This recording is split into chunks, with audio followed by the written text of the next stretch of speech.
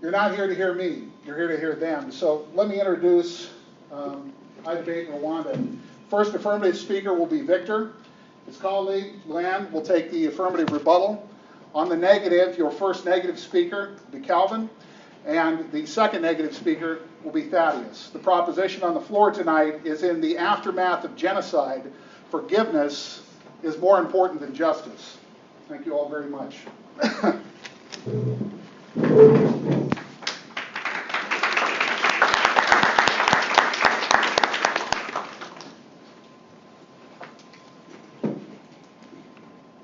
Thank you very much for attending. We're so happy to be a part of you. So in this debate, it states that in a post-genocidal context, forgiveness is more important than justice. We as the affirmative will be arguing that forgiveness is more important than justice. First of all, let me outline some key points, some key words that we need to take care of. So forgiveness is giving an individual a clean state or moving past harms in order to attack like a greater good.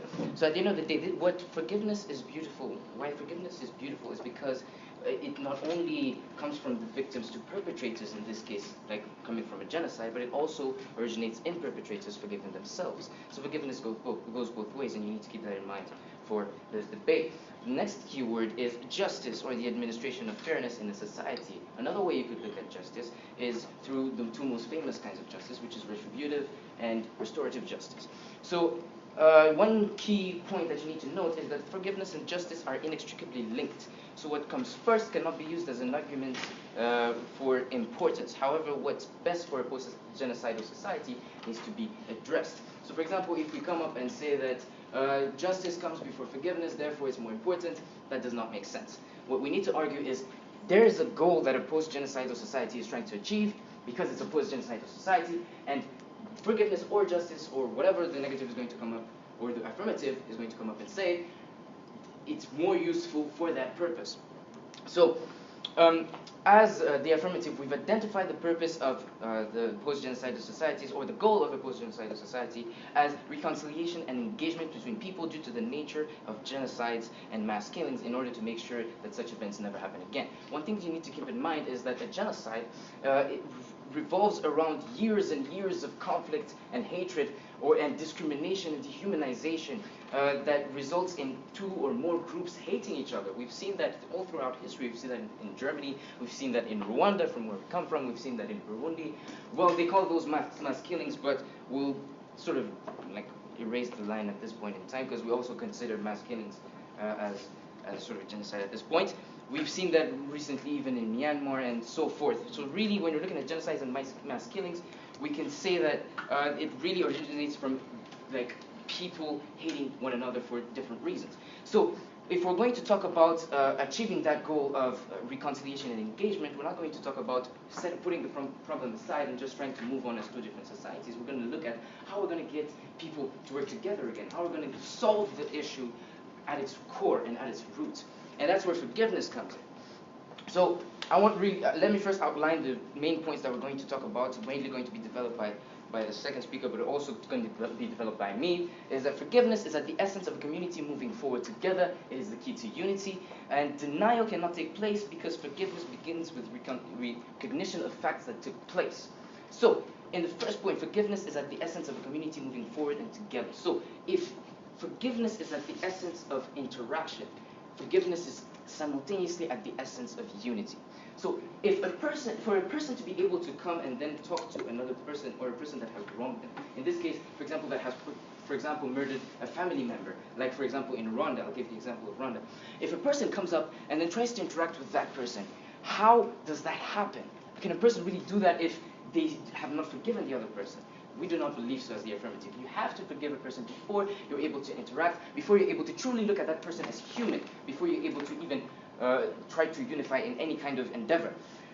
Denial cannot take place because, as I've said, forgiveness means that there has to be recognition of the facts that took place. One of the biggest issues behind genocides repeating themselves, or you see like cases of people discriminating against each other, is the fact that even governments or societies at large deny the fact that there has been a genocide. But if forgiveness is present in a society, then there cannot be denial of a certain fact, because before forgiving, you have to recognize that something that you've done is wrong.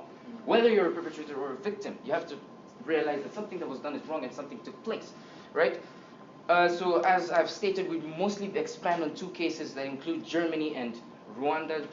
So basically the Nuremberg trials and the Gacaca courts. Gacaca courts were traditional ways of dealing with, were traditional restorative justice systems in Rwanda, which basically dealt with like community level courts and trials, and basically people were able to go to those community courts and basically get restorative justice. So people would mostly not go to jail, but usually go do community service for the people that they harmed, for example. And the Nuremberg trials were a great example of, for example, of retributive justice, where people were sent to jail, where people were killed, people were sentenced to death or whatnot. So they will mostly be expounded by the second speaker. So let me give you some statistics. For example, in 2016, in Germany, you could still see 1,468 anti-Semitic incidents. So 62% of Jewish representatives of a certain survey said they experienced anti-Semitism in their everyday lives, while 28% said that they were victims of verbal attacks or harassment the previous year. This is according to USA Today. So at the end of the day, what this shows is basically that there's still some, you can see that the groups have not been attacked yet, and you can see that we basically believe that the reason for that is because forgiveness has not been given. The two groups after the Holocaust were completely separated. The Jews from the Nazi Germans. They were completely separated. The Jews went away from Germany to different countries, and people still have not forgiven each other, especially the Jews have not forgiven the Nazi Germans for what has been done. So at the end of the day, my time is up. So if there's any more, the second speaker that will come up will develop upon the points that I've stated. Thank you.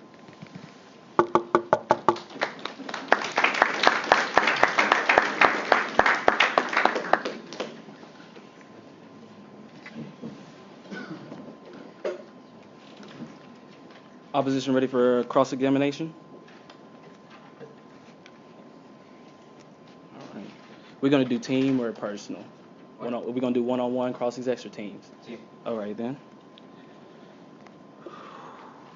First off, how you guys doing today?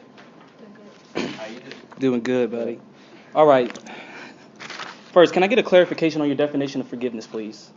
It's putting what has happened aside for the great good, or understanding that what has happened in the past is not necessarily a reason for people to fight or to resort to violence, but understanding that what has happened in the past does not mean that you're less than human. So therefore, you put these emotions aside so that you can move on. So to paraphrase, you could say that this means forget yesterday, forgive tomorrow? Not forget yesterday. You still understand that this happened, right? You do not forget yesterday. But what you do is you understand that there's a greater good that needs to be gained when you work together, as with the person that has wronged you. How does forgiveness relate to justice in this topic specifically? You say that justice can't come before forgiveness, but forgiveness can come before justice. So no. What is that? Oh, no. Okay, thank you. How do you know when a genocide is over? So how do you know statistically when it stops? Is it under 100 killings a day? I mean, what is your clarification for when a genocide ends? When a genocide ends? Yes. When the killings have stopped. When the killings have stopped. Completely. When when the killings have stopped completely, so Not completely, because you can't have a society that has zero killings. okay. All right. Crime exists everywhere, but when you have like legislation, when you have like a government that is behind, that is no longer behind whatever the government was during the genocide or during the mass killings, then you can say that the genocide is over. So does forgiveness require anything on the justice end afterwards? Sorry? Does forgiveness bring on justice afterwards, or does forgiveness alone solve the aftermath of genocide? Oh no, what we said was forgiveness is more important. It doesn't remove the fact that justice is necessary. It's important, but forgiveness is more important. So you can't. We said that the two are inextricably linked, but you can't use that as an argument to say that because you need justice or because you need forgiveness, therefore it's more important than the other, because you need both of them. Alrighty then. Is there a standard to forgiveness that you guys are falling under? Elaborate.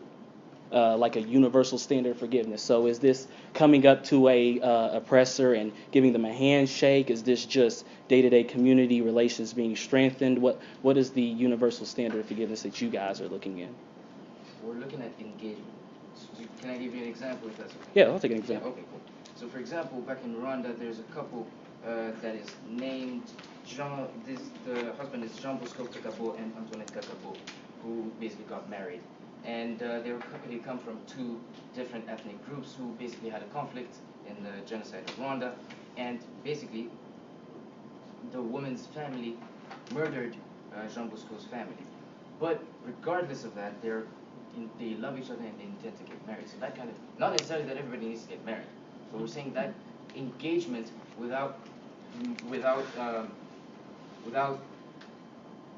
any kind of discrimination against another group, that is what we're looking at. So would you agree that the government recognized their marriage? Yes. Okay.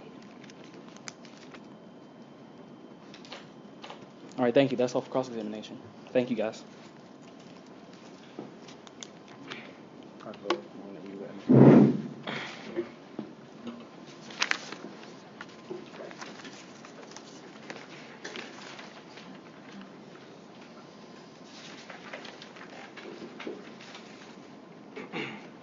Good evening. First, I would like to start off by saying thank you to our opponents for traveling this way to debate with us on this topic. We would like to thank the administration, particularly President Woods, who has supported this team, all the faculty and staff in attendance, and to those who are unable to be here that have shown their support to our team. In particular, Dr. Wagner for his efforts, and lastly, I would like to thank the audience for coming out tonight. In the aftermath of genocide, forgiveness is more important than justice. We want to focus on today not justice itself, but how justice is applied, and what we contend is that if justice is applied, good things happen. Objective 1, justice is defined by John Rawls' definition. Each person has the same indefeasible claim to a fully adequate scheme that is compatible with the same scheme of liberties for all, and they are to be attached to offices and positions open to all under conditions of fair equality of opportunity. And second, they are to be the greatest benefit of the least advantaged members of society. B, our mode for today of interpretation for this round is that though forgiveness has its advantages, the true longevity of security lies within the state to protect and uplift the oppressed, to grow to equitability. Which function helps the most people for the longest time? Objective 2, who does this protect? Justice serves many communities, creates equitable opportunities and rights for generations to come. Due to forgiveness cannot be present until justice creates rights and liberties that socially allow protection and opportunity to do so. Also, reinforcing Maslow's hierarchy of needs, placing safety and security above self-accusation, and it is the blindness of law, order, and justice that allows these sins to be committed and later forgiven in the first place. C, we ask the audience to base your decision-making of this debate, not which is better, but more important for the immediate aftermath of genocide. Which brings me to my first contention. Justice. Genocides are created from a series of nationalism, race, religion, gender, resource wars, and a lack of any visibility of justice. Justice restores order and creates just accountability along with recovery. Examples would be the Holocaust, Ivory Coast, and Exodus from Egypt to Israel. My partner will extend more on that. Failure in justice causes genocide. The 20th century was termed the century of genocide because of the high numbers of cases that have occurred in the time period. The genocides that occurred during the time period were the genocides of the Armenians, Holocaust, and genocide of Rwanda. Naturally, not every enlightened nation will descend into genocide. There are other factors that influence a state's likeliness of genocide. According to Staub, difficult life conditions such as war or an economic crisis. He argues that during times of hardship, humans feel the need to protect themselves, which can result in losing respect for another group or blaming that group for the present conditions. There is a history of long-standing animosities toward the group that is blamed, such as with the Jews in Europe and the Tutsi in Rwanda. Genocides recur when justice does not prevail. The failure to recognize and punish those responsible for past genocides has enabled others to carry out mass atrocities because the perpetrators are confident that they can get away with it. April 24th, 1915, this date marks the beginning of the Armenian genocide. Of the nearly 2 million Armenians living within the boundaries of the Ottoman Empire before 1914, only 500,000 survived. Armenian men were the first to be deported and killed, then followed the mass deportation of elderly women and children. Between 1915 and 1923, they were forced to leave their homes and all of the belongings behind and march toward the Syrian desert. They marched without food and water, and they were frequently attacked by Kurdish bandits. 98 years have passed and the wounds have not been healed. Current Turkish regime refuses to recognize the crimes committed. Turkey punishes those who dare to speak of the dark chapter